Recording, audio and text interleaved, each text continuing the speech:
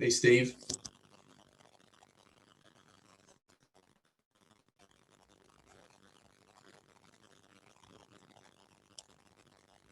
Can you hear me? I can hear you well. How can you hear me, Mitch? Perfect, yeah. I was worried for a second there. Sometimes the audio is a bit weird. Yeah, you never know. Yeah. Good morning to you. How's everything going? Going pretty good. Going pretty good. Um, yeah, so are you considering doing more work with the AMA? Yeah, I'd like to. I really enjoy doing this stuff. This is fun. I like just collaborating and meeting with everybody locally and kind of the idea sharing. And I think it's something that is the AMA Cincinnati is really strong. I've talked to some other people that I know in other cities, and they're like, "Yeah, it's not so strong here, and Yeah. don't really do anything." But it seems like it's a pretty active group here in Cincinnati. Yeah, it definitely is. And I think it's one of the better chapters in the country, I would say. It's very vibrant. There's a lot of engagement. There's great people in the board. I know it's been really rewarding for me I've been in the chapter for about 4 or 5 years. I'm actually moving on to do something else because my business is actually in trade shows, and which is not good news for me at the moment, but Sure, yeah. so there are different associations that I'm working with in that light. So I'm going to be stopping the work with the AMA Cincinnati, but it's been really great. I've been, like I said, doing it for about 5 years. Been on the board, did strategic partnerships and sponsorships, um, which was kind of like a sales role. And that's been really good. And then I moved on to do this. I thought, yeah, I'll create this little group here. There's a lot of excitement around bridging the gap between marketing and sales. Absolutely. So yeah, and a lot of pain there sometimes as well. So uh, it's been good. It's been a little bit strange through the whole pandemic. Yeah, it's definitely been strange. It's I actually worked for a company called Gaslight. We did custom software development projects, and one of our big clients here locally was Fern Exhibition Services. So we definitely felt the pain Well, early on with what they were going through and what they were having to deal oh with given the gosh, COVID situation. I mean, that is their business, right? Trade shows and events. yeah. So hopefully, I'm confident things will bounce back. But how long, right? I don't think there's ever going to be an on-off switch. It's not going to be like, oh, COVID's over, everybody go back to normal. It's just going to be a slow, gradual thing, and how businesses adapt and evolve through this time period is going to say a lot. Yeah, it's really interesting. I know the Fern team extremely well. As a matter of fact, I was on the phone with one of them yesterday because the association I work in, Fern, is a part of that. They sponsor the organization, and so I'm talking with the sales manager there, Michael Cox, quite frequently. But yeah, I mean, been hit extremely hard, right? From managing 1,400 events per year, live events, down to, I mean, probably just a handful that they've done this year. That's got to be brutal for them. And then, like you said, I wonder how things are going to come back, whether they're going to be more. I mean, we've adapted by doing more virtual type experiences for companies, and a couple of great customers that supported us, and we supported them doing these virtual events. So we kind of gotten through it that way. But I don't think that they've done that, and you wonder if that's going to perpetuate in time, right? Whether there's always going to be now a virtual component to shows to attract more people. Are companies going to not let people travel so much? Yep. Yeah, you just don't know pan out. But Yeah, I definitely foresee more of a hybrid model. I don't think the in-person stuff is completely going to go away. I think there is something to be said for that Zoom fatigue, right? The online conferences and have we gotten to the point where we're still delivering the same value in the experience digitally than we are in person? And maybe we can add some things that improve it, but I don't think it's going to go away. But I think that you're right. Adding a digital component to it in addition to the on-site is going to help you reach a wider market. yeah, yeah. I mean, yeah, it's a good model, really. I mean, the people like Fern are steadfast in their belief that the industry is just gonna come right back because people like to interact with people, right? And there's so much value in the face-to-face connections. Yeah. That, a lot of companies were relying on trade shows for lead generation. So Yeah, I mean, coming from the tech space, and now I'm in the manufacturing world. It's a different world when you're talking about the value that they're getting from trade shows and events. In the tech space, it was a knowledge sharing thing. In manufacturing, it's you generate a lot of leads. You know, there's a lot of hands-on products that people are looking at and need to touch and feel and see in person. And that interaction with that manufacturing industry is just a little bit different than the tech space. And I feel like there's a lot of information sharing in the tech world when it comes to different conferences and events. yeah, definitely. But I always struggled to generate leads at at the digital events. I feel like my clients and customers weren't going to those events. I feel like my peers were going to those events. I know it's the big struggle at the moment, and how organizers are trying to figure out a system because they rely on the revenue from exhibitors and sponsoring companies. Yet it's difficult to get attendees to engage with companies in a virtual digital experience. I don't know. So let's see here. So what's the name of your company, Steve? I work for a company called Atkins and Pierce. We're in Covington, Kentucky. We're a 203-year-old privately owned manufacturing company, 600,000 square foot facility down there. I had never heard of it either before I worked at Gaslight, and they became my number one client there.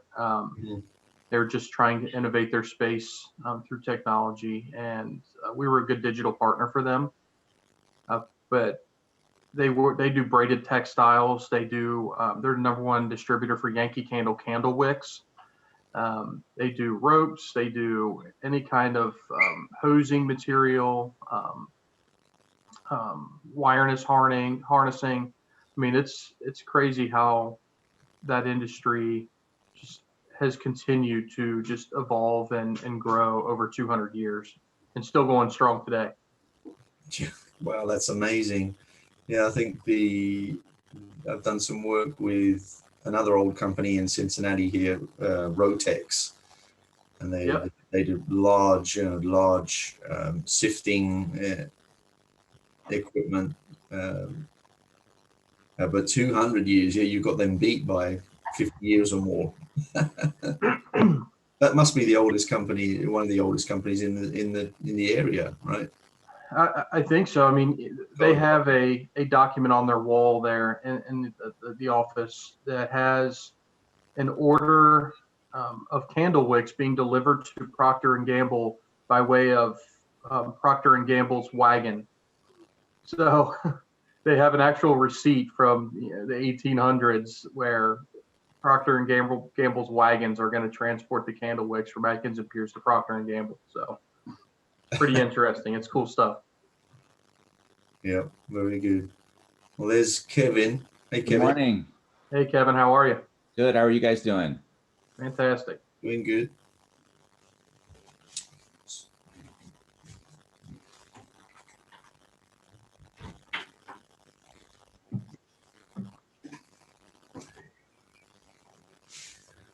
Am I the only one that gets to like Tuesday, Wednesday and feels like it's Friday every week now? It's hard to tell what day it is anymore. Feel like it's Friday. That's yeah. They kind of all blur That's a good together. thing. You get the deception when you realize it isn't. So usually we have people trickling in here. We're a little bit early. I'm going to run over and grab a quick cup of coffee. Yep. Bear with me.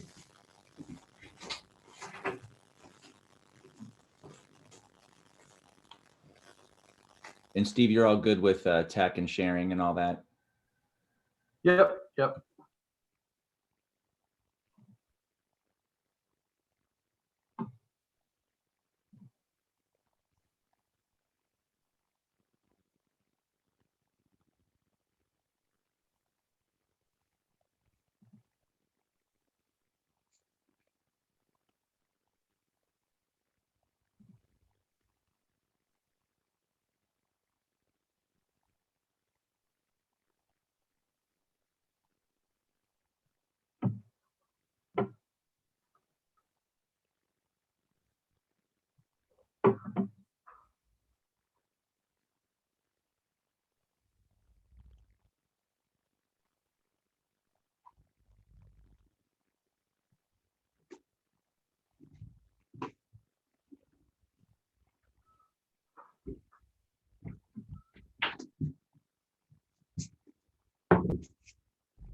Steve, I bet you're glad you're not having to. Are you driving down to Covington every day? It's interesting that you say that. We literally had a conversation at the end of the day yesterday where we've officially gone flexible schedule. So they're allowing the office personnel to work remote when they feel like they can work remote and when they need to, and also have office if they need to be in the office or need to come in, which is really nice. But previously I was driving from Lebanon to Covington every day, which is about a 50-minute drive. So All right, yeah.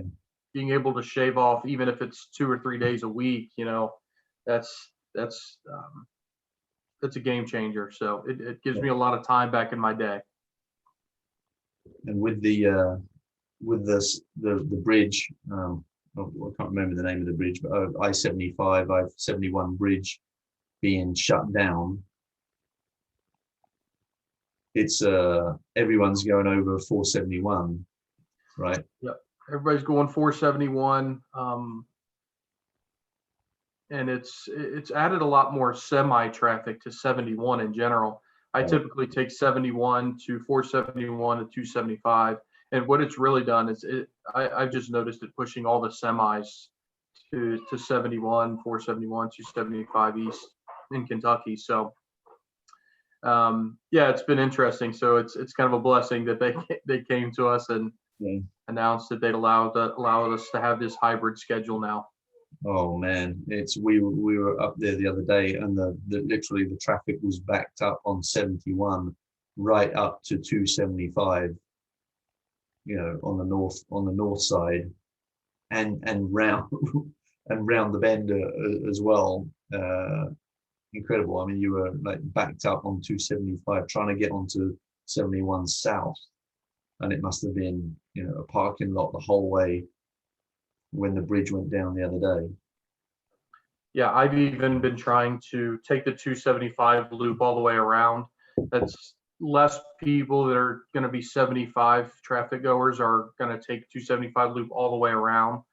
So, hey, we just had to get creative, right? You just kind of, you work through it. And luckily for me, my company's, understandable about things like that and flexible. So yeah, I know there's not a whole lot we can do when the bridge is shut down. Definitely. Hey, Claire. Hey guys. Hey Mitch. Hey, Claire. How you guys doing? Doing all right for a Tuesday morning in November. Kevin thinks it's Friday. Oh, I wish. It always surprises me every year. I mean, I'm over 50 years old, but it still surprises me every year how dark it gets. I'm like at 5 o'clock. Oh, it's already dark. That's crazy. Mhm.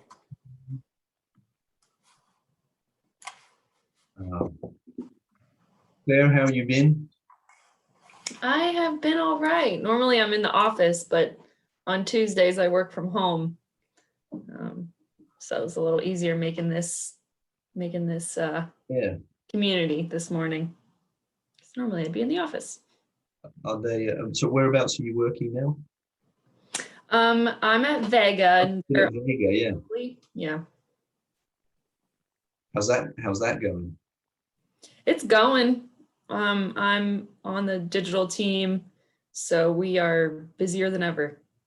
Is Jill still there? Jill, Mm-hmm. you say hi to Jill for me next time. All right. I know Jill. I worked a little bit with Vega for a couple of years, so Oh, nice. Okay, cool. yeah, I know Jill. She was great, and of course, when Annie was there Mm-hmm. at that time. Very cool. Yeah. Tell him he said hi. Andy, good morning. Morning, Mitch. How are you? Not too bad.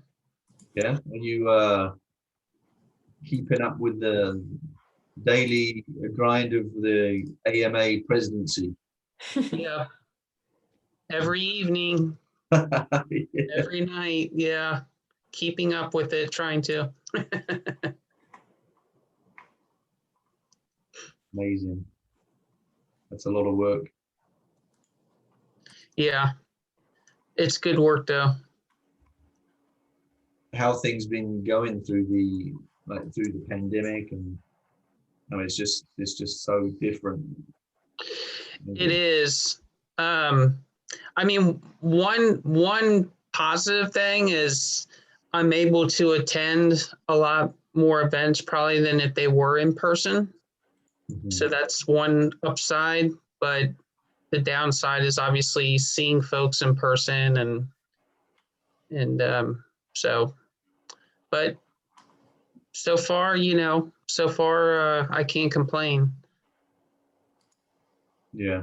We definitely made the shift and the pivot, and I do think though, folks are getting fatigued with this format. So it will be nice when we can get back to the in person, and obviously we'll actually have a hybrid. We'll have a hybrid of events with in person and virtual. Yeah. No, definitely. I mean, you saw at the beginning, it was, when we were kind of on lockdown, there was a lot of enthusiasm for it. People like just happy to see another face, even if it was on a screen. But yeah, I mean, I think there's been a bit of burnout on digital events. People are on Zoom calls all day long, right? And, Mm-hmm. yeah, but I don't know about live events anytime soon. Probably it's going to take us through to next, the fall of 2021. I think before there's going to be any significant live events. Yeah. Steve and I were just talking about Fern Expo, based here in Cincinnati. I mean, it's a big company, exhibitions industry. Mm-hmm. They do 1,400 events a year, and their business is just completely dried up. Yeah. Yeah, I've heard of them. Yeah, they're on the west side, big warehouse just on the west end Mm-hmm. town. Great company, absolutely wonderful company.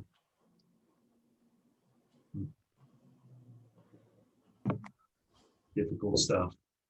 Steve, do you know everyone? I don't know Claire, but I know she works at Vega and she apparently went to Xavier. Oh no, that was my fiance. I painted that for him. Oh, gotcha. Yeah. You're an artist too. I went to Miami, and I'm also on the board of the AMA as the VP of workshops. But at Vega, we have a large sales team that I'm always button heads with. So I'm interested interested in this topic.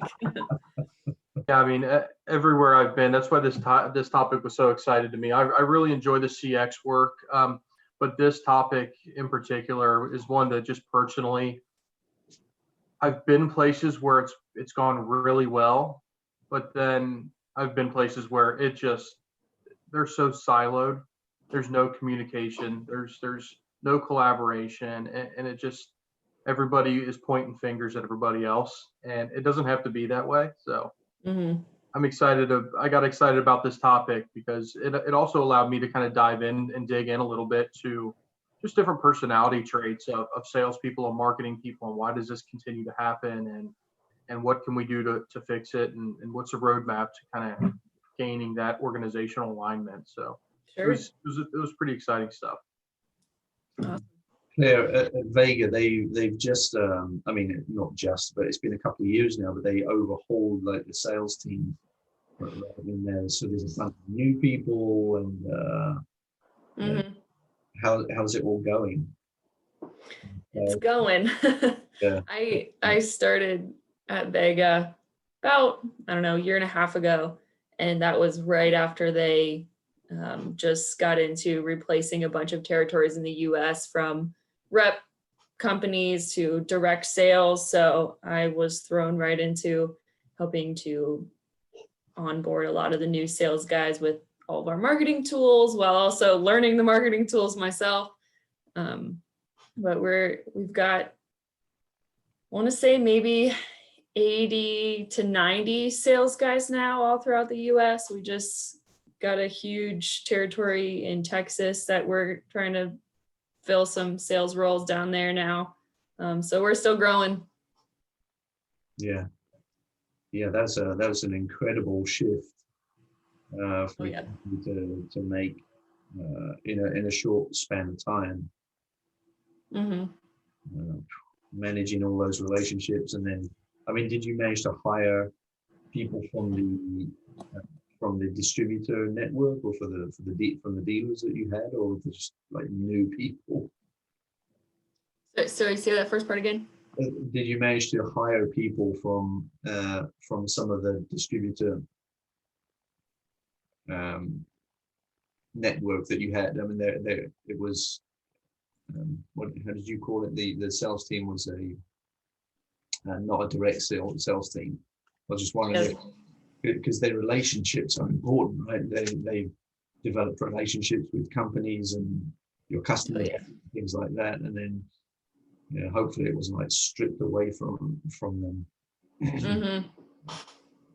Yeah, a big challenge was educating our customers in those territories now who they're buying from. They're going direct. Yeah, really. Well,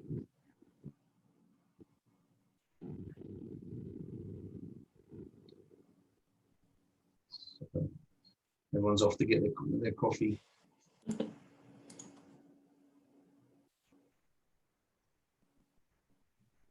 So Claire, are you working remote just on Tuesdays, you said? Mhm. Gotcha. What's your commute look like going into the office? Oh, it's great. 8 minutes. I live right down the street, and we're just in Oakley, so I just go right there. That's nice. Mhm. I was telling Mitch earlier that I live in Lebanon, and the company I'm working for, Atkins and Pierce, is in like Covington, Kentucky. So I was making that commute every morning, and it was about 50-minute commute, and then the bridge shut down. But my team just announced yesterday that we're going to a hybrid model where we can work from home, or we could use the office and kind of come and go as our schedules dictate, which is really nice and a big sigh of relief for me, because now I don't have to fight traffic for 2 hours a day. And Oh yeah. at least if I can save a day or two or three here and there, it'll go a long way. Oh yeah, I bet. Yeah, not a great time for that. The road closures.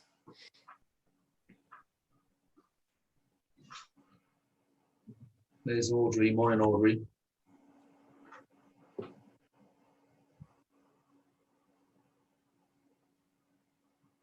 We'll wait for a few minutes here, Steve, to And we'll kick off.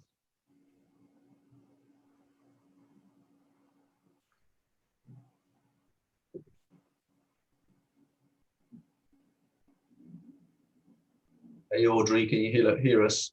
I can hear you now. Sorry, I was on mute. How are you? Doing good, thanks. How are you? Very good.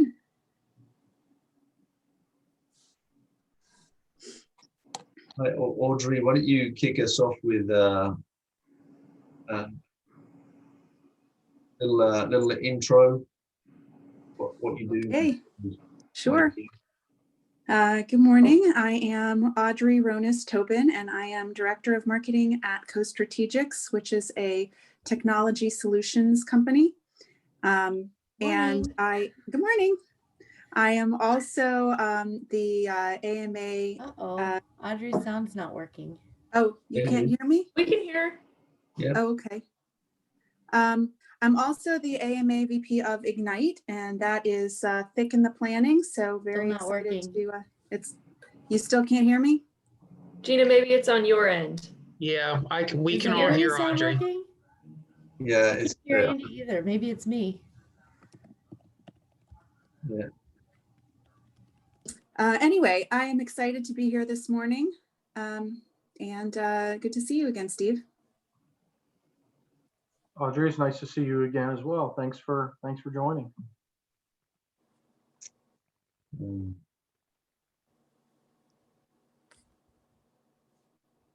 Kevin? Yes, hello. We're doing introductions. Yep. Sorry, I just got back. Kevin DeMackey.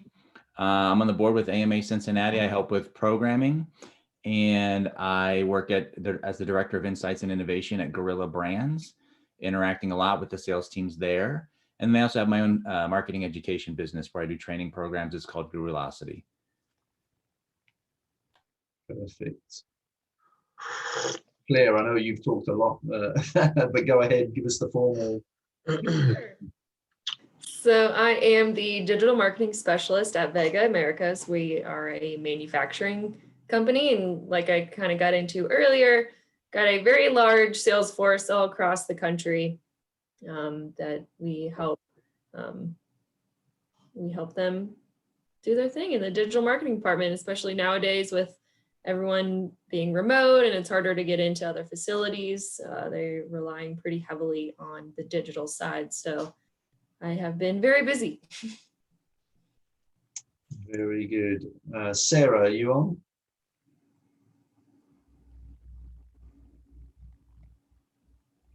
Sarah, well, there you are. Yeah, I'm here. Hey, Sarah. Hi, good morning. Want to give us a quick introduction?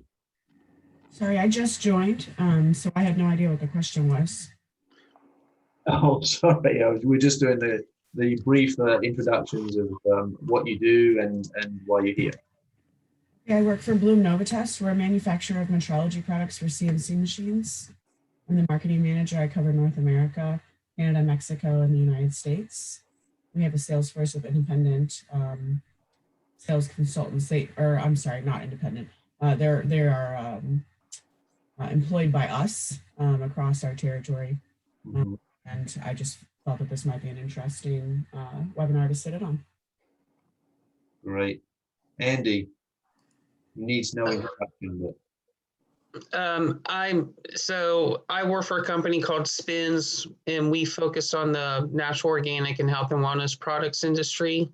So I work with Kroger here, brokers, all their brands that they represent, and then as you heard, Steve, I'm also the president of AMA Cincinnati right now, and I was interested in this community because we have a decent sized sales force actually, and with our company, and sometimes there's the same classic issue of sales and marketing could be maybe better aligned.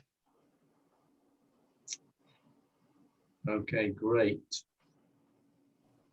Well, very good. Let's hand over to you, Steve. We'll hit mute. If you've got any questions, I would suggest that we can actually go ahead and ask questions or make any comments throughout if we need to. You can also use the chat function, and I'll be monitoring that as we go through if you have any questions to put it through that way. But Steve, let's see here. You should be able to share your screen, and the floor is yours, my friend. Alrighty.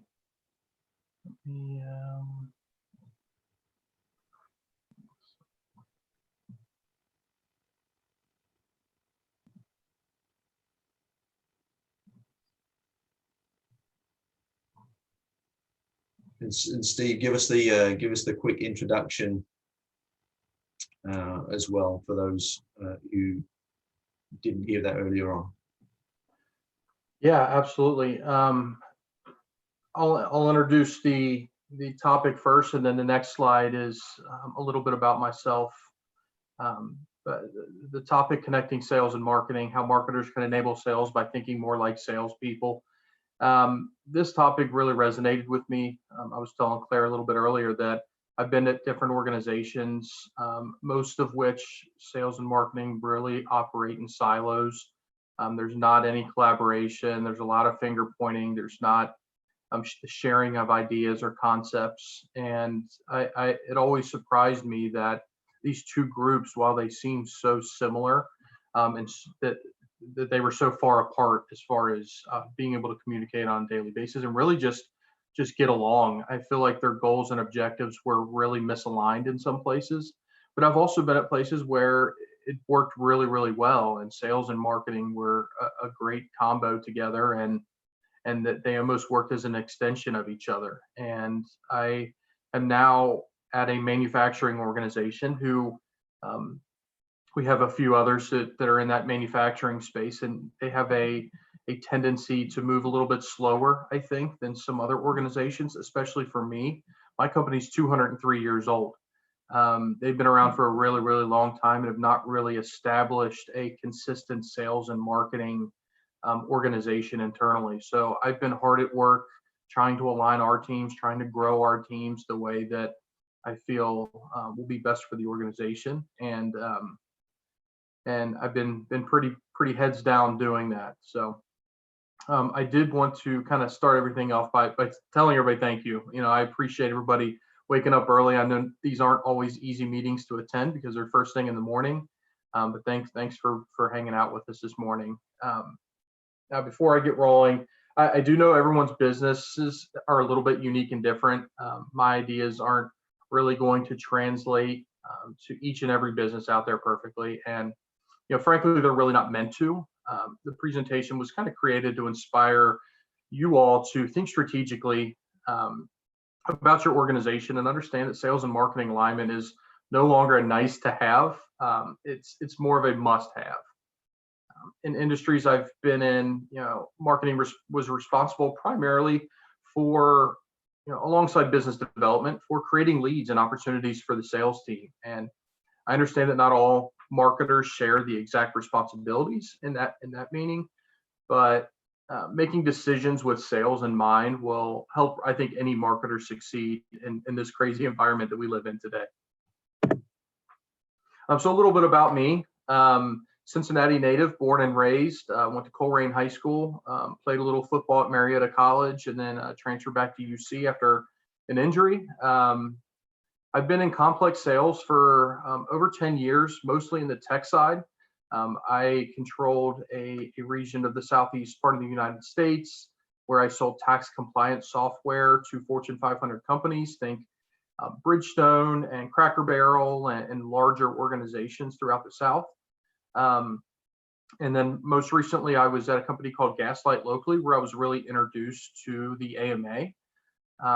I wore a lot of hats there, being in a small organization. We were a custom software development organization, UI, UX design. So it really allowed me to tap into that customer experience through the UI and the UX work that our digital team was doing. And I'm currently right now the sales director at Atkins and Pierce. Like I said before, we are a 203-year-old manufacturing organization in Northern Kentucky. We have about 265 employees, privately owned, and we make braided textiles. We're the #1 manufacturer for Yankee Candle wicks. We make any kind of rope, wire harnessing stuff, really anything that you can think of that has a braided textile type feel to it. We work with a lot of really cool innovative projects there. I'm responsible for new product development and innovation as well. So I'm working with companies like NASA and 3M on really leading edge revolutionary textile combinations, which is pretty cool. I have 3 kids. You can see in the picture there, Kylie, Addie, and Boston. 2 dogs, Django and Otis, and a cat named Rory. And I'll get to that a little bit later. My hobby is sports cards. I've always been a huge sports fan, but now the sports card market and trend is kind of coming back around, and it's really booming, especially with COVID happening. A lot of people have a lot more time on their hands and have kind of re-tapped into their childhood hobby of sports card collecting, and it's absolutely blown up and gone through the roof as far as an investment opportunity today. Little fun fact, I used to live next door to Ken Griffey Jr. when he was in high school, or in between his high school year in Moeller and going to play for Seattle. So that's a pretty interesting topic. No, I did not live in a mansion. I just lived in an apartment with my parents, but he was renting that apartment for a couple weeks, which is pretty nice. Okay, compelling statement. Sales and marketing alignment is the most critical component for any business in 2020. Yeah, I said it, I went there, and I really, truly do believe that. I believe that sales heals all wounds. You can have quality issues. Pricing can be off. You can be higher on the low end. You can have a limited product line, a lack of innovation, brand aversion. You could be new to a marketplace. You could also just be the old legacy player in the marketplace. But I think a lot of these things can be overlooked if you have great sales and marketing alignment. Cats and dogs, big animal person, as you guys know. So this has kind of been going on since the beginning of business, I believe. We touched on it a little bit earlier, that sales and marketing constantly fighting like cats and dogs. Sales comes to marketing to complain about leads they're getting or not getting. Marketing is complaining that sales can't close the leads they're bringing in. The finger pointing never ends.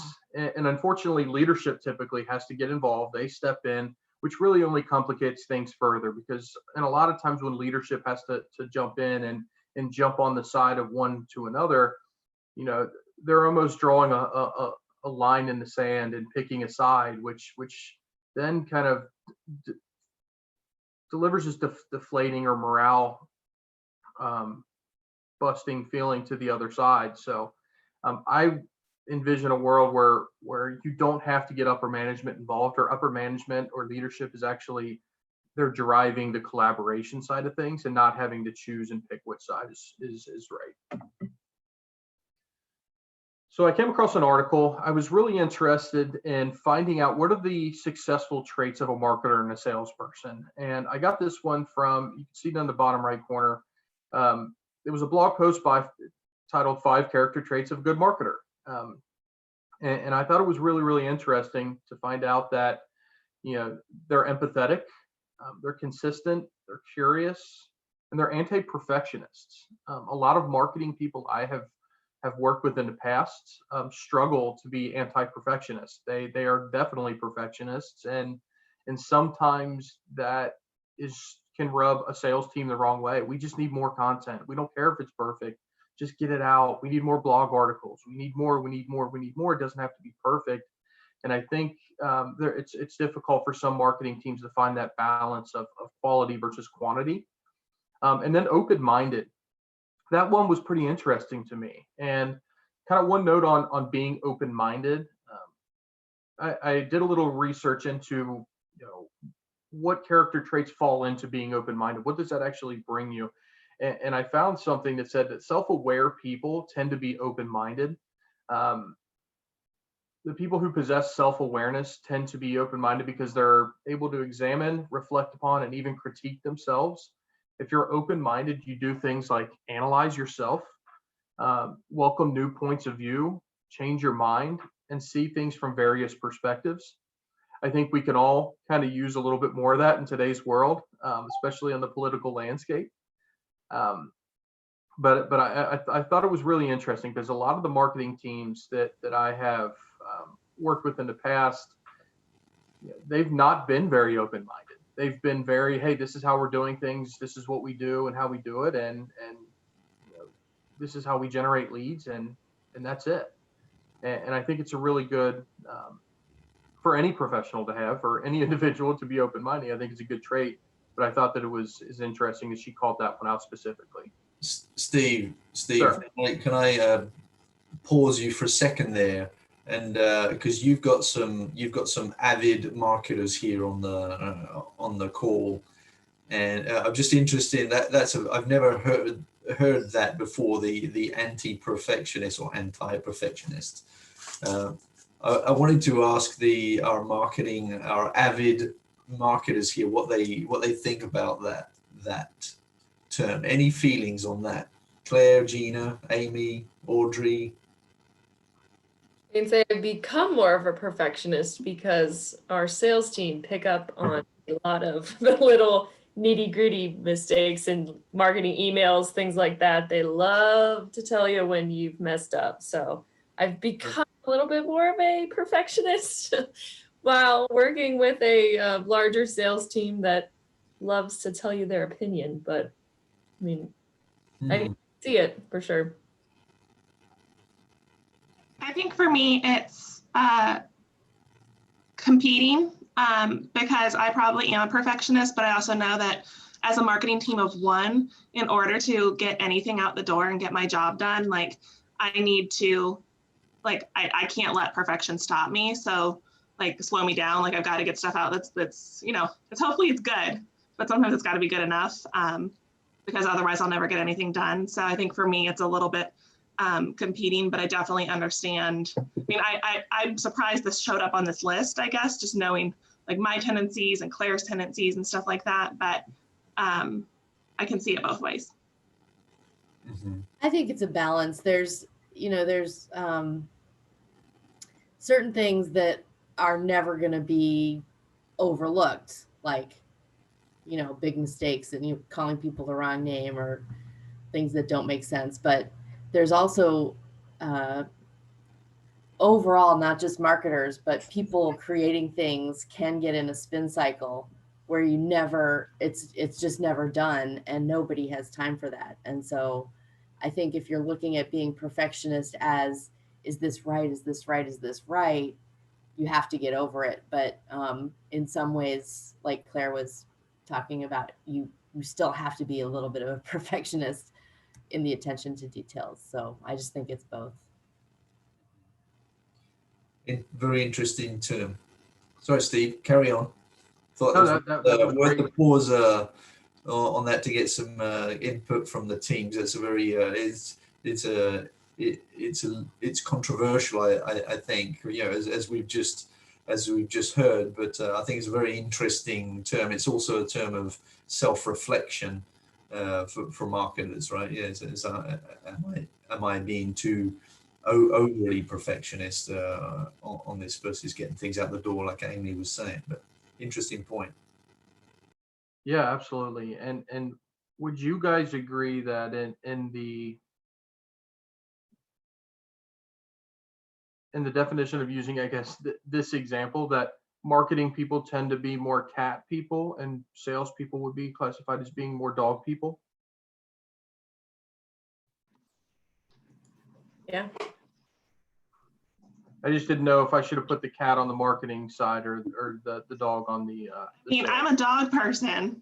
Like, I'm allergic to cats, so I don't know what to do with that. But Well, also, yeah, it's cute. I don't know if it, it doesn't necessarily stand in every case, obviously. And you, I mean, you might describe a cat as much more independent and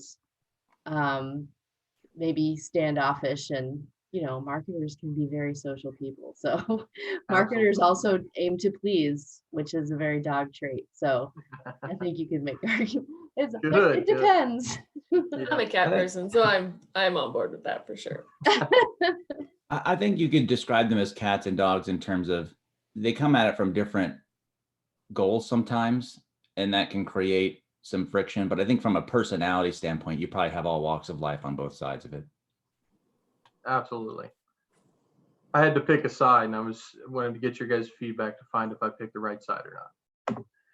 But going on to the traits of a successful salesperson, I've found that the most successful salespeople are professional. I think they're very competitive, right? I think efficient. I think their time is very valuable. They don't waste it. They, really are going to pick and choose how they spend their time, and they're going to be really conscious about that. I think they're empathetic. I think they're natural problem solvers that genuinely want to help. And I think they're self-aware. I think that comes back to kind of the professional side a little bit. I think they can read an audience, they can adapt, they can evolve, they understand how to read a room. And I think they're naturally curious. I think they love to learn and ask questions. Do any of these stand out to you as being traits that caught you off guard, kind of like the last one did for the marketing slide?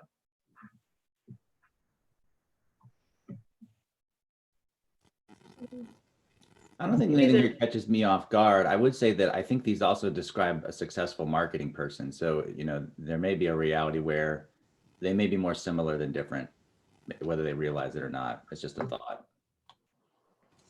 We're not that different, you and I. I thought it was really interesting that comparing the lists, you've got a lot of similar traits. So you've got consistent, which I think being consistent lines up with being professional. Professionals go about their job and approach their work on a very consistent professional basis. I think the anti-perfectionist kind of falls into the efficient and time-sensitive aspect that salespeople have. Empathetic, that's shared on both sides. Open-minded and self-aware, we kind of touched on that earlier.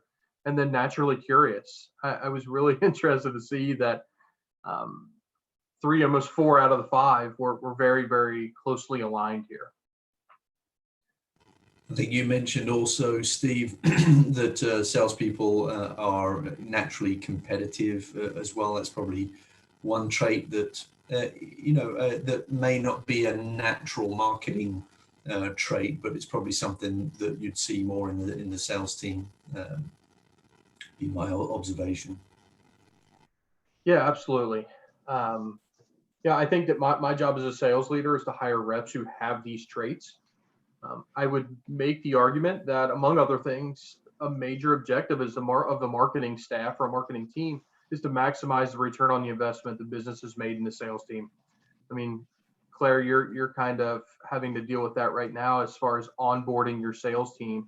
They bring in these new reps, and they have all these reps that have various levels of experience, and they're leaving it up to marketing to onboard them and get them familiar with the marketing materials and train them and get them up to speed with your product. And in a lot of cases, they're leaning on you to help them maximize the decision that they make and get a return on that investment.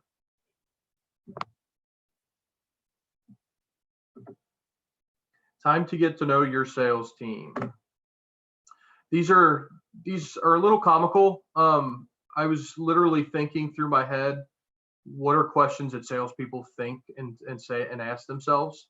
And this is probably just in an hour span. So just to let you guys know, I'll give you a little intro into what a salesperson's thinking on an hourly basis. Am I going to hit my quota this month or this quarter or this year? What will my commissions be on the marketing lead? I can't wait to buy blank with the commission from this next deal. Reps are notorious for always spending the money before they close a deal. Where can I get new content? I think we're always looking and searching for new content somewhere. I really wish people still did golf meetings. That is me. I feel like I've always heard about people doing business on golf courses, but I never seem to find myself in the right market or industry where we actually do have golf meetings. I really wish I could. So if you guys know, please let me know. How can I get out of going to the next trade show? That's a big one. I think early on in your sales career, The travel and going to sales and trade shows is exciting. It's new, it's fun. But then after you've been to 5, 10, 20, 30 trade shows, you're looking for any excuse to get out of going. Does anyone understand the comp plan? Having a complex comp plan is not very fun for anybody. But when you can't even understand how much money you're making on the next opportunity, there's an issue there.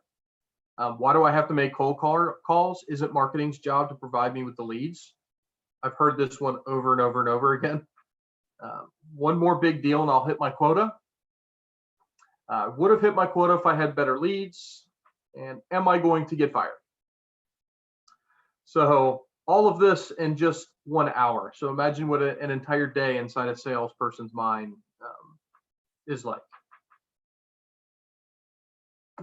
So for you to be able to think like a salesperson, I think it's important to kind of ask these questions to yourself. Am I excited about this lead? If not, why should the sales team be? I think a lot of times we get caught up in the metric game of we have to generate and pass over a certain amount of leads. Well, that just talks to a disconnect between your metrics and the goals on the sales side. Are we educating the prospect on the buying process or just the product? So when you put out content, are we just putting product information out there? Because I found that a lot of good salespeople do a great job of educating the prospect on that buying journey and walking them down that path. And the product details are the product details. You can have a white page, you can give a white paper, you can send something to them to review before the meeting or overnight. Nobody wants to sit there and watch you dive into details about the product. Help them understand what that buying process looks like. And I really think marketing could do a much better job of helping sell that idea or create content around that idea. How can I put my sales team in a position to stand out at events? We go back to that trade show comment. Putting me at a booth alongside my competitors at a booth when they spent $1,000 more than me, it's not a very comforting feeling. You can only walk around and get so many, pens at a trade show. So I think allowing them to be in a position to stand out really helps your sales team when you are putting them at these events. When was the last time I shadowed a sales rep on a meeting? This is a big one. I had a really good marketing representative when I was working for a company out of Boston called Sovos Compliance, where we sold tax compliance software. And that marketing individual made it a point to go on a meeting, a sales meeting, and just shadow a sales rep once a quarter. They would pick a new rep and they would go each quarter and they would go to a different meeting. And they said that was one of the most important things they did as far as research for their job, because they got to understand how those meetings work, the conversations, what kind of questions are coming up.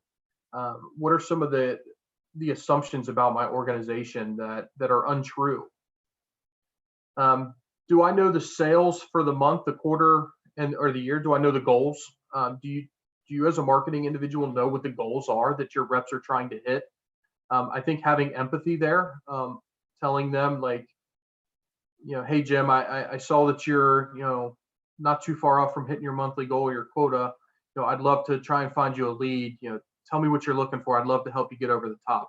That stuff goes such a long way in building rapport with your sales team and having that kind of mutual back and forth communication there. Do I know how far each rep is away from hitting their goal? And that kind of goes back to the other one, understanding that hey, if there's a rep out there that is pretty far off from hitting their quota, I'd love to get that person as many leads as possible. They don't necessarily have to be quality, right? But if I am up against the end of the quarter and I've got one of my top reps who's just one deal away, I want to feed this guy the deal that's going to get them across, knowing they don't have a lot of time, knowing that they're going to spend a lot of their time focusing on that one opportunity and trying to turn that into the goal that pushes them over the top. Does the sales team understand our marketing metrics? A lot of times the answer is no. They might know what the marketing metrics are, but do they understand them? I would almost say 90% no. Not only do they most likely not even want to ask or try, They just don't understand the activity side of thing and how the activity is going to be transferred into productivity.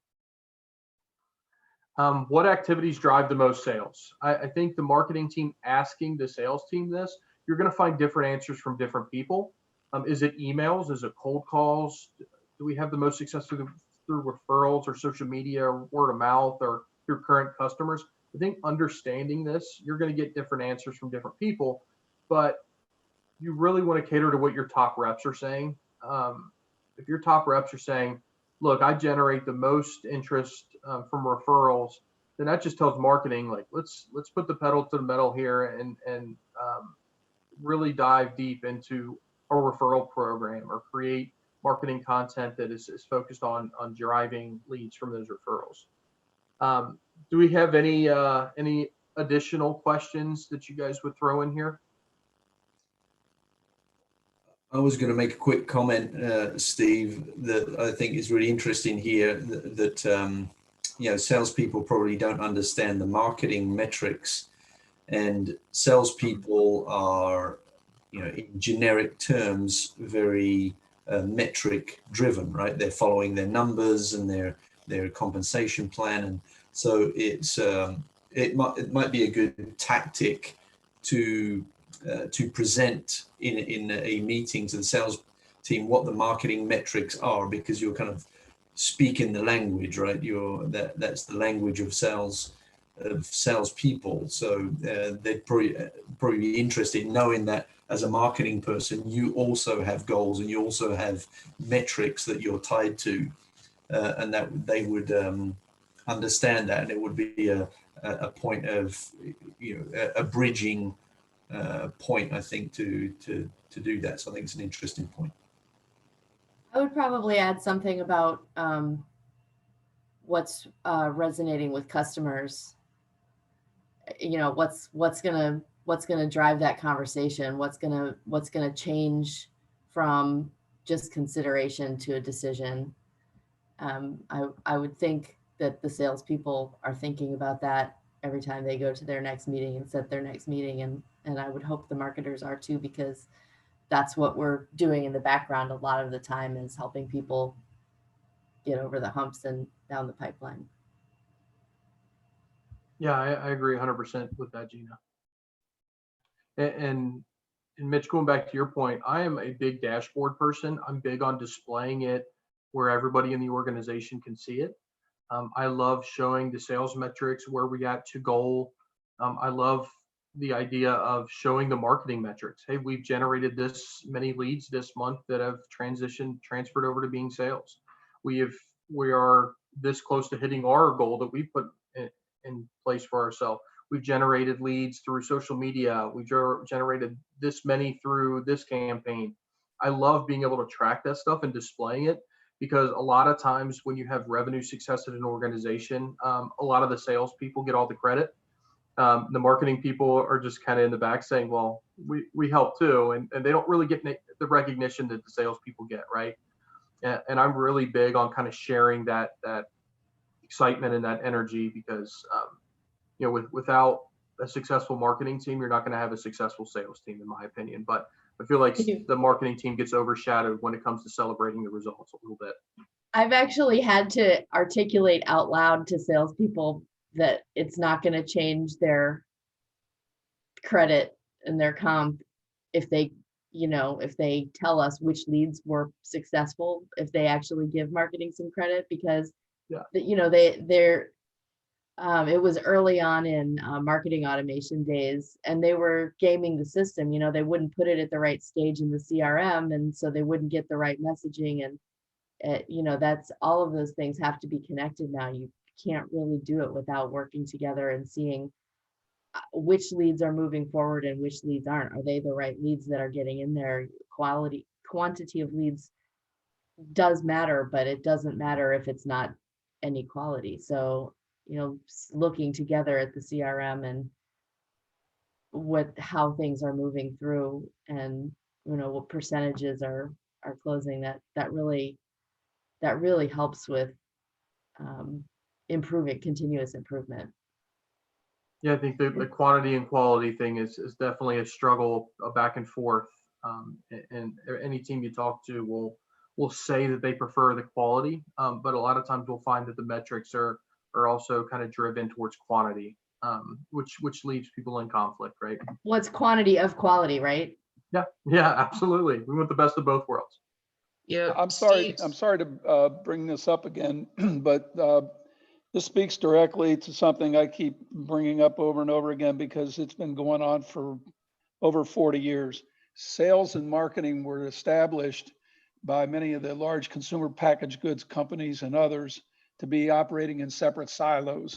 Yep. As someone referred, they had their separate budgets, they had their separate advertising programs. The automobile companies did that, P&G did that for years and years, and they never really spoke to one another. Your comment before about dashboards and cross-functionalization is extremely critical, especially in the pandemic era and in even before and much before that. You have to know what you have to, I've said before, spend 3 weeks, sales spends 3 weeks with marketing and marketing spends 3 weeks with sales to find out what keeps each of those groups up at night, awake at night, trying to figure out how to do the job better. And when everybody's on the same page, as you mentioned before, with all processes of promotion and support and advertising and timing of all of those things is extremely critical, especially in consumer packaged goods, because if you don't know that you've got the distribution of the product at retail and you're running an advertising program, you're just throwing money down the drain. It's just critical that sales communicates with marketing to let them know accurately what their distribution level is of a product before the support program actually is scheduled to start. I think that's true. And I think that particularly for CPG companies, they're kind of serving different masters, and the more they can sync up, the better. So, if you're working in marketing for a CPG company, you're spending most of your time thinking about what quote unquote consumers want and need. And if you're working in sales, you're probably spending most of your time thinking about what retail buyers want from you. And those aren't necessarily always the same thing at first glance. And so the more you can talk and kind of sync those up and get those stories on the same page, or at least consistent, and kind of synergizing those two things together as opposed to them being in conflict, the better. And I think the other thing I've seen is transparency, which I think, Steve, you were mentioning earlier. Transparency of like what we're trying to do and what the numbers are is really important. And a lot of our organizations are not that transparent, from marketing to sales, about things like profit, things below revenue, particularly if it's a smaller company or a private company. And I've found that once companies move to more transparency, typically their performance improves as well. Yeah, Steve, it's a team effort. Go ahead. It's a team effort. Yeah. I mean, the consumer, you got on the sales side, again, going back to packaged goods, and I apologize to anybody listening. It's not in that era, in that discipline, but sales is two customers. They've got the retailer and the consumer, and nobody knows the retailer better than the sales force. Marketing needs to know that information about from the sales force about the retailer, so that they can direct their programs to the retailers and the retailer needs. At the same time, as was just mentioned, you have to understand the consumer aspect of it from marketing. So it's really critical that these two groups talk to each other, sit down in meetings, and the senior level, the C-suite people, have to understand that they have to restructure their corporation in order to make that happen. Yeah, that's so true, because I'm definitely in that world, Mike. Yeah. Steve, one thing you mentioned about the leads. We had a speaker a few years ago from LexisNexis, which is kind of up your way, and I used to work there, and they realized that a lead is not a lead is not a lead. And to your point, that some kind of system to rate the leads, or figure out which leads are, it's a lead for the quantity piece, but it's not a quality lead. And it sounds like that's something that you've worked on. And then the other thing you mentioned was about how the sales folks just might start going into the features and benefits, for example, and it's like, yeah, okay, well, that could be covered ahead of time, or someone could just read about it. You don't have to go into your spiel. And I always say the best salespeople don't sell. You know, they're not just going off and just rambling on all the wonderful things about their product, but they find out what are the pain points of the potential customer or their customers, and then offer those solutions and be more of a partner than just trying to push a sale to hit a quota or something. Yeah, no, I agree, Andy. I'm really big on lead scoring, on making sure that we're putting the metrics in place that identify the quality of a lead.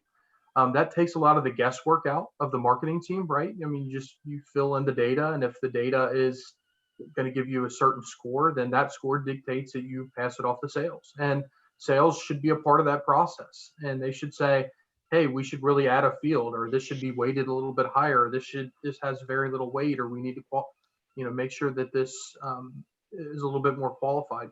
So I think being a part of that is really important. And to your second point, a big turning point for me in my professional career was understanding that during an initial meeting with somebody, they don't want to sit up there and listen to you talk about you and your company and your product or what you have to offer.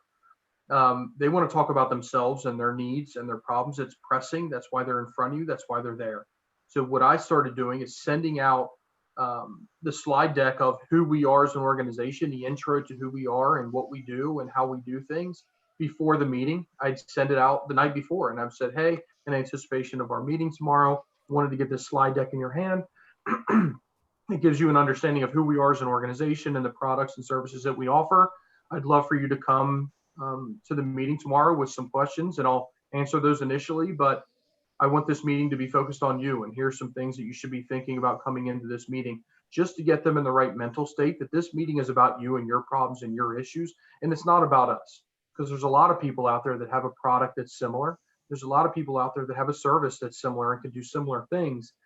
The companies that fully understand the pain points that their clients have are the companies that are going to win the business and are going to have the most success.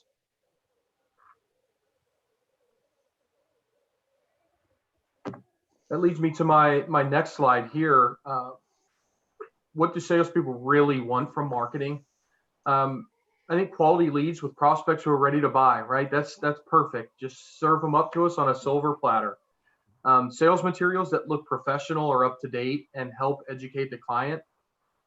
Sales reps are, like we talked about before, very time conscious. If we have to generate our own sales materials or our own PDFs, our own slide decks, that's just less time that we have out there selling. And the company really needs us and is paying us to be out there selling. So the more time we spend putting some of these marketing type materials together, that's just time taken away from us being out there. Data and analytics on industry trends. We love when marketing comes to us and says, hey, I found that the industry is doing this, or here's a big trend that we're starting to see. You guys might want to focus on pushing this product a little bit more. That is great information for us to have. Competitive analysis. We'd love to know what our competition's doing. We hear things, but if you say, hey, this company just bought this company, that's a big talking point. There are going to be things that come up out there in the field, talking about different competitors, why people are leaving. So getting that competitive analysis from marketing is huge for us. We want marketing to listen to the sales team's suggestions. This one's kind of a good one for me because I've been in a situation where, being a salesperson with a marketing degree, I've always leaned towards that marketing title and that label. And I've really always wanted to be engaged and involved in the marketing side of things, but I've always been met with kind of yeah, well, you just go sell and we'll take care of the marketing stuff. And that's a great idea, but we already did that. So I would love to see more marketing teams just open the doors to the sales teams and some of their suggestions. Engaging content to share on social media, that's always a big thing, especially with how social media is really starting to turn into the sales world with COVID and everything going on. It just gives us another channel and an avenue that isn't face-to-face that we can kind of generate business. I'm a huge LinkedIn person. I love Sales Navigator. I love communicating and driving lead generation and putting content out there on social media. The more marketing can help us, even if it's, hey, here's a new case study, or hey, we came up with this, or hey, we saw this article come across that fits our industry. Here's an email, go ahead and send it out, blast it out there. That is huge, huge stuff that allows us to, like I said, spend less time searching and mining for that information and spend more time out there building strategic relationships. And then we'd love to receive updates on new product releases. A lot of times marketing kind of finds out about this before sales does. But if we can start having meetings, it really helps saying, hey, I know this might not be the exact product you're looking for, but I just heard from marketing that we actually have a product coming down the pipeline that might be a really good fit. So let's learn a lot about your business right now. Let's focus less on the product, and let's see if this new product coming down the pipeline is going to be a better fit for you guys. And it really turns the conversation away from the product stuff, and it really allows your rep to turn it more towards understanding the pain points for the organization they're talking with.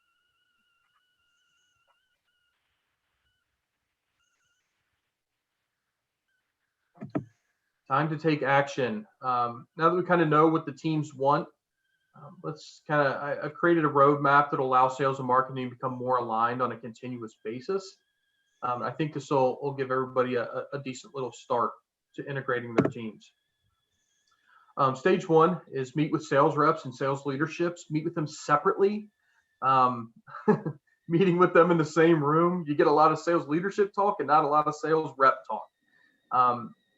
Have them break down their sales goals, metrics, commission structure, and compare and contrast. And a little hint for you, they will be different. The sales reps' understanding of the sales goals, metrics, the commission structure, and the leads that they're looking for will be different than what the management team is telling you. That is something to consider and something to think about, because that allows you to then align the two and be the hero once again and say, look, I heard this from the management team, but I heard this from the reps. Maybe we're not very aligned on what the goals are when it comes to the sales team. Because you need to know exactly what those goals and metrics are, and there needs to be alignment from the sales team before you can be aligned on the marketing front, and you can go ahead and generate opportunities for that team. Stage two down at the bottom, internal audit of marketing goals, objectives, activities, personnel and incentives. Do these things align with the sales goals, right? If the sales team is saying we have too many leads, we're swamped, we're really, really busy, and all we really want is the quality leads, but you have metrics in place that are grading your marketing team on the quantity of leads that they're generating, you're going to lose a lot of opportunities due to sales reps really just being busy and overlooking some of the leads that you're passing to them. Which if they're overlooking the leads that the marketing team is passing to them, then your lead to close metrics are going to suffer because of that. So really aligning the marketing goals and activity and objectives with the sales goals and objectives are really important. And it seems simple. It should go without saying, but I'm telling you, this is a really big thing that I've seen, that we're just going in different directions sometimes. Stage three, schedule weekly discussions. They're collaborative, they're creative, they're focused, and they include a win-loss analysis. I think successful salespeople are extremely guarded with their time, and it's up to the marketing to make these meetings a productive piece of the sales team's schedule. Something that I tell my daughters all the time, it's one of my favorite quotes. If it's important to you, you'll find time, and if not, you'll find an excuse. And that's huge with sales. If we are, as a marketing organization, bringing value to these meetings that we have with the sales team, then they're going to make sure that they attend these events. They're going to make sure that they're a part of this, because it's helping them drive business and helping them drive opportunities and leads. But if not, if we're just talking at the sales team, we're not collaborative, we're not getting their feedback, we're not trying to include them in what the strategy is, they're going to just look for reasons not to be on the call. And it'll start off strong, and it'll slowly just dissipate. So the pressure is really on marketing. The pressure is on marketing to get creative and make sure that these events are engaging, so you can really bring these sales reps to the point where they're participating fully in these meetings. Stage 4, information sharing. This is a big one. What does the sales team know, right? We want to know what the sales team know, what marketing knows, what are you seeing in the field, what are you seeing in the industry? And this kind of goes hand in hand with stage 3. So at the end of stage 3, you're going to start working on the 5 W's. We all learned in elementary school the basics of a story. So work with your team to create a story for each win and loss. I think it's really important. It helps with the information side of things. So for each win or loss, break it down to the 5 W's, plus a how. So it's always easier to do a post-mortem conversation for losses. Make sure you also do it for the wins. So the example of this would be, asking, where did the lead originate? Did it originate with sales? Did it originate with marketing? Asking, who did we lose or win against? Who was the competition? Did we lose it to a certain competitor? Did we lose it to a no decision? A lot of that information is very, very valuable. When did it go wrong? Understanding the sales process will help marketing understand what content they need to start generating for the sales team. If we're losing a lot of opportunities in the quoting process, then we need to work with sales to understand why that's happening and say, how can we help you with this? How can we set better expectations before they get that quote or before they get that number? So to help people be more aligned on who we are as an organization. If people are always afraid and saying, whoa, you guys are way too expensive, we need to set that expectation up front that we are a quality organization and our brand needs to be aligned with that. So understanding where we lost the opportunity within that sales process gives marketing a huge opportunity to help sales achieve some of those goals. Now, what could we have done differently or done better? I think even in wins, there are always opportunities to improve, and every salesperson will tell you that. And then the next one is, why did or didn't we win the business? Sales should always be asking the customer this. Do not allow them to give you their assumption of why they didn't win the business, because they'll always say it's quality, it's price, it's lead time, they're not going to do anything.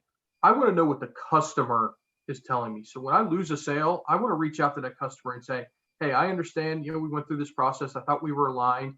I'm hoping you can help me out. Let me know, why was it that we didn't win the business?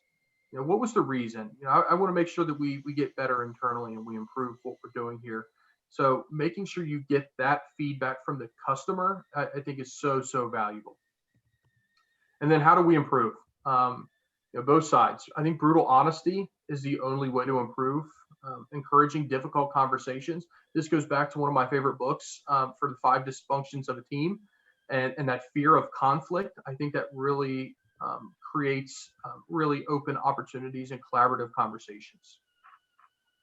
And then the last one is stage 5, which is create a mutual accountability. A lot of times sales, yes, gets all the credit, but sales also feels that they are the only ones that have something to lose. I think both parties need to have that skin in the game to develop that trust. I think make your goals, objectives, and results visible to the organization. We talked a little bit more about that dashboard stuff, and being able to share that with the organization. I think that goes a long way to let everybody know that, hey, we're on a team where we're in this together. If you fail, we fail. And if you succeed, we're going to succeed together. So I think that's very important to make that stance. Any questions on this?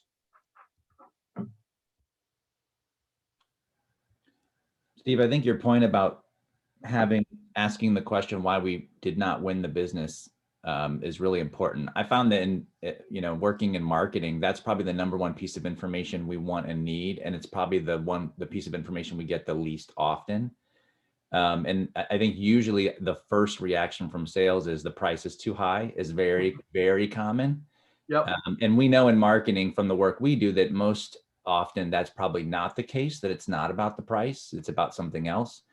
And when we are able to get those answers, we get some really interesting insights, even if it's something simple like, oh, a competitor came a month earlier and pitched a similar product, which we wouldn't have known had we not really dug and asked, or a competitor might have done a special promotional deal, or offered some kind of incentive that we aren't offering, and or certain kinds of displays in stores that we aren't offering, things that have nothing to do with the product we were pitching, but that had everything to do with winning the business. So those are things that are really important to discover, but you don't know if you don't ask. And I think some of being able to ask is constantly being in communication with sales reps, so you trust each other and you can ask. Yeah. I think the price thing is always huge, right? But I mean, people say it's never about price, but sometimes it just is about price. But if you aren't the low price representative in your market, not every good client or not every win or not all business is good business for your organization. Where I'm at right now at Atkins and Pierce, we have an issue with this 80-20 thing where 20% of our clients make up 80% of our revenue. Well, that means there's a flip side to that. That means we have 80% of our clients making only 20% of our revenue. That's a lot of work for a lot of clients that aren't spending a lot of money with us, but they're taking up a lot of our time. And we're starting to realize, well, maybe not all business is good business. And marketing should know these things and should be putting the organization from a branding standpoint in a position to have those conversations on the sales side, so price doesn't come up. Because a lot of times you could say, hey, someone came in and undercut us on price. And if everybody's aligned as an organization on who your target market is, then it's really easy for you to say, that's okay, because that's not our business. That's not our model. And they're going to undercut us on price every single time, but we're going to beat them in other areas. We're going to beat them in quality. We're going to gain bigger customers and bigger clients that way. So I think it's good to understand all parties and get some of that feedback and that information sharing.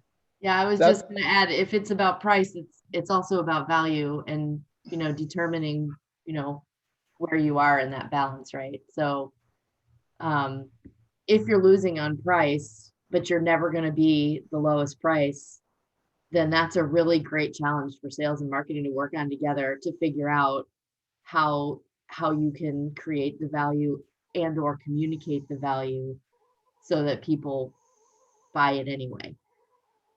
And that goes back to issues that what's keeping the client up at night. Yeah. Identifying those and making sure losing deals to price at the end, your rep's not doing a good job of setting clear expectations on who you are as an organization up front. You should go in and say, look, we're not the low cost provider. If that's what you're looking for, that we're probably not a good fit, and we shouldn't carry this on for 2 or 3 weeks and have this conversation. If that's exactly what you're looking to buy on, because if you're looking just to buy on price alone, then we're probably not a good fit here. And it's good to rule them out early instead of wasting a lot of time adding these opportunities into your pipeline and giving this false notion that you have a chance in actually closing that business, because a lot of chances are you're probably not. Mike, what was the point you were making? It was the same one that Gina came up with. When you run into that price situation, value is critical. Just showing why it's costing a little bit more. And again, if you can identify those goals ahead of time, you can make sure that what you come back with in the way of a proposal addresses those. So it's just pretty much the same thing Gina provided. Yeah, I would add on to that it's usually not strictly about price. It's about value and that simple equation, value equals benefits minus cost.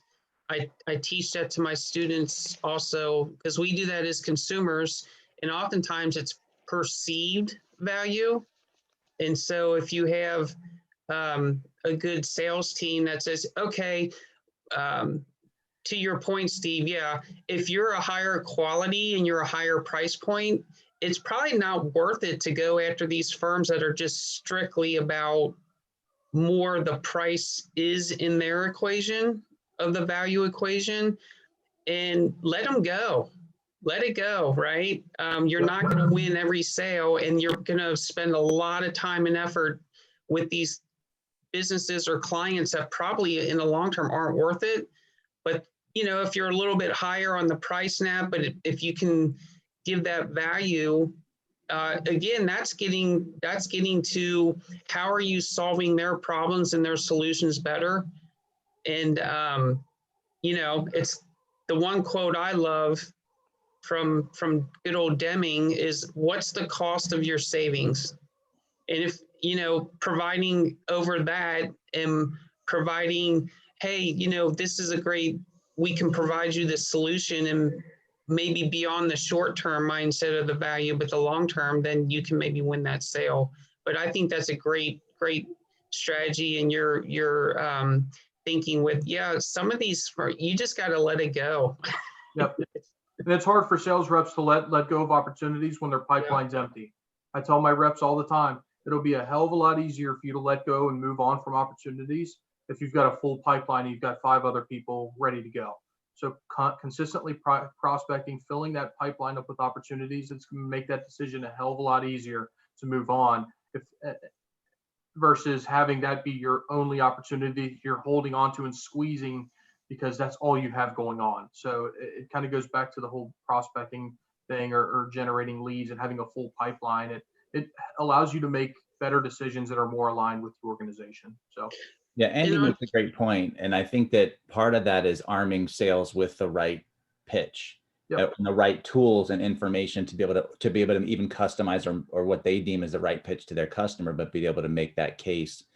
And there are a lot of times, and you know, in marketing, it seems obvious, like, yes, we should be giving sales information, but I've worked in enough companies to see that, like, we probably a lot of times don't give them either enough information, or in many cases, it's too much information. Sure. Right. So we're not giving them, say, like a tight enough story of how we solve specific problems better. We're just trying to give them like all the info and let them sort it out. And I think that we've had, at least the companies I've worked in, have had a lot more success when we actually get sharper with our pitch information and sharper with what we expect sales to kind of hone in on and what makes us different. We've gotten more wins that way than giving them quantity of information. Yep. And, you know, being on the receiving end, I one time had someone, they actually told me after learning what I was looking for in that, they said, you know, for this situation, we're not the best for you. And I actually respected that,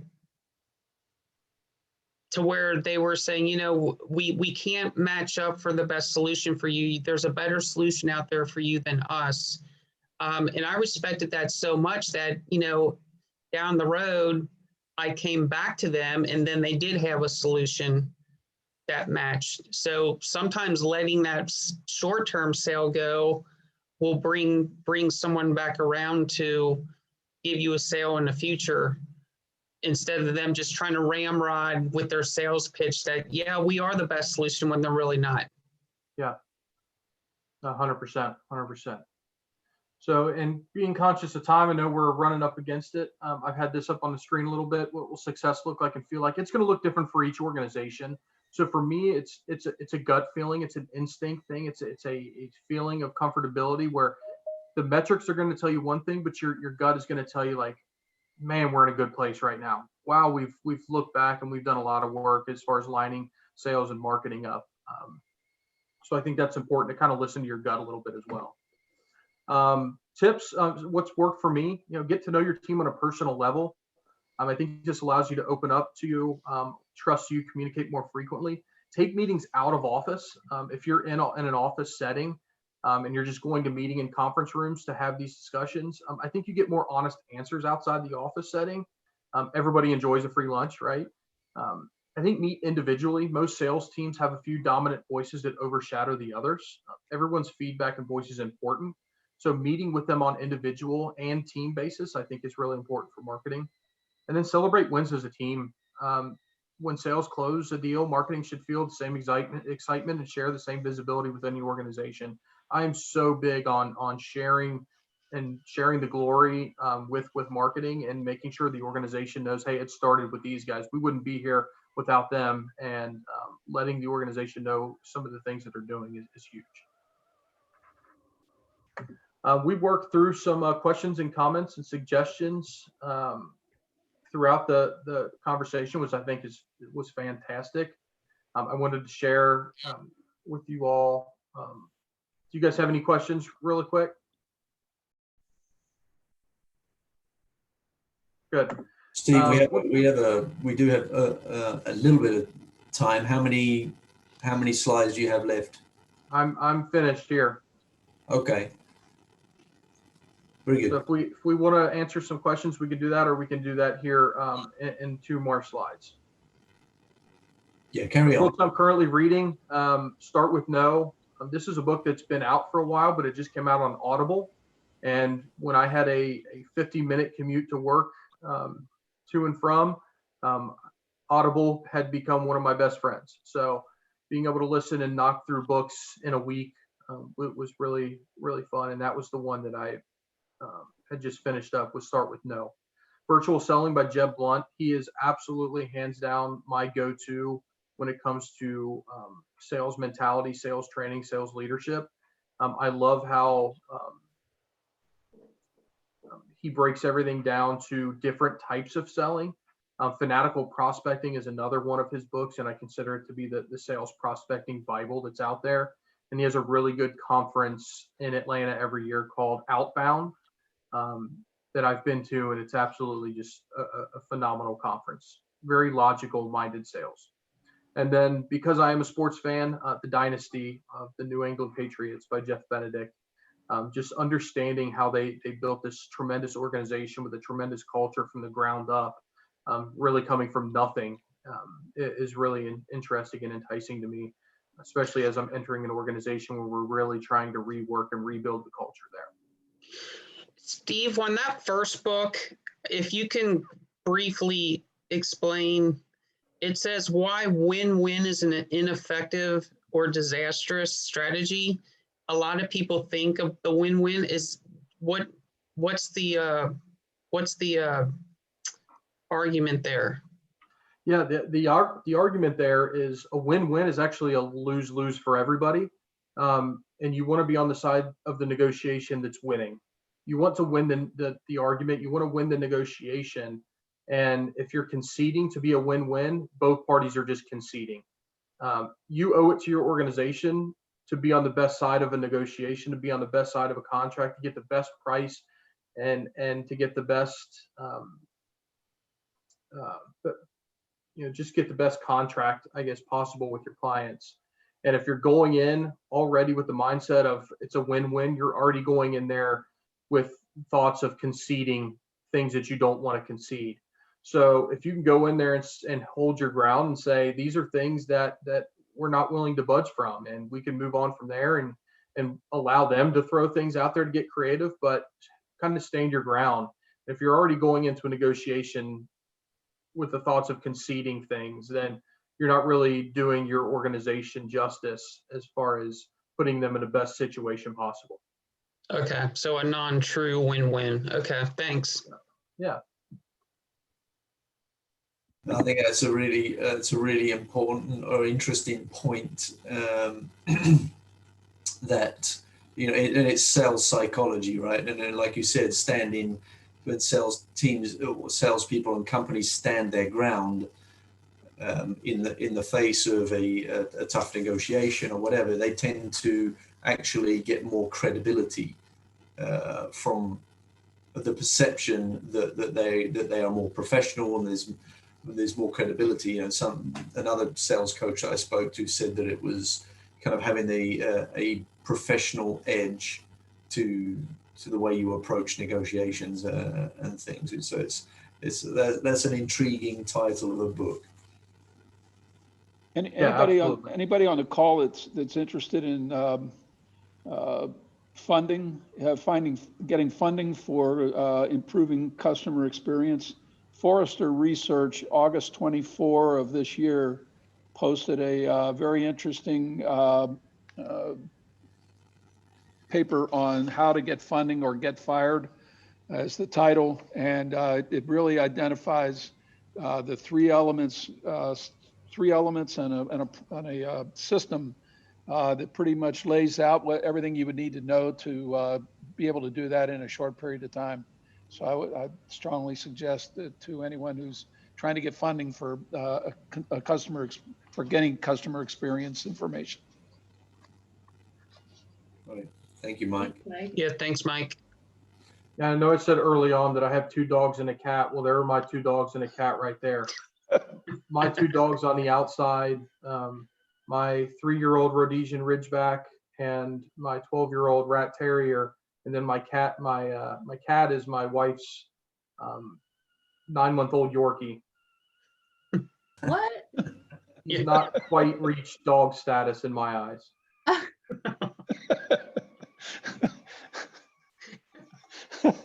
Dogs shouldn't be carried in purses.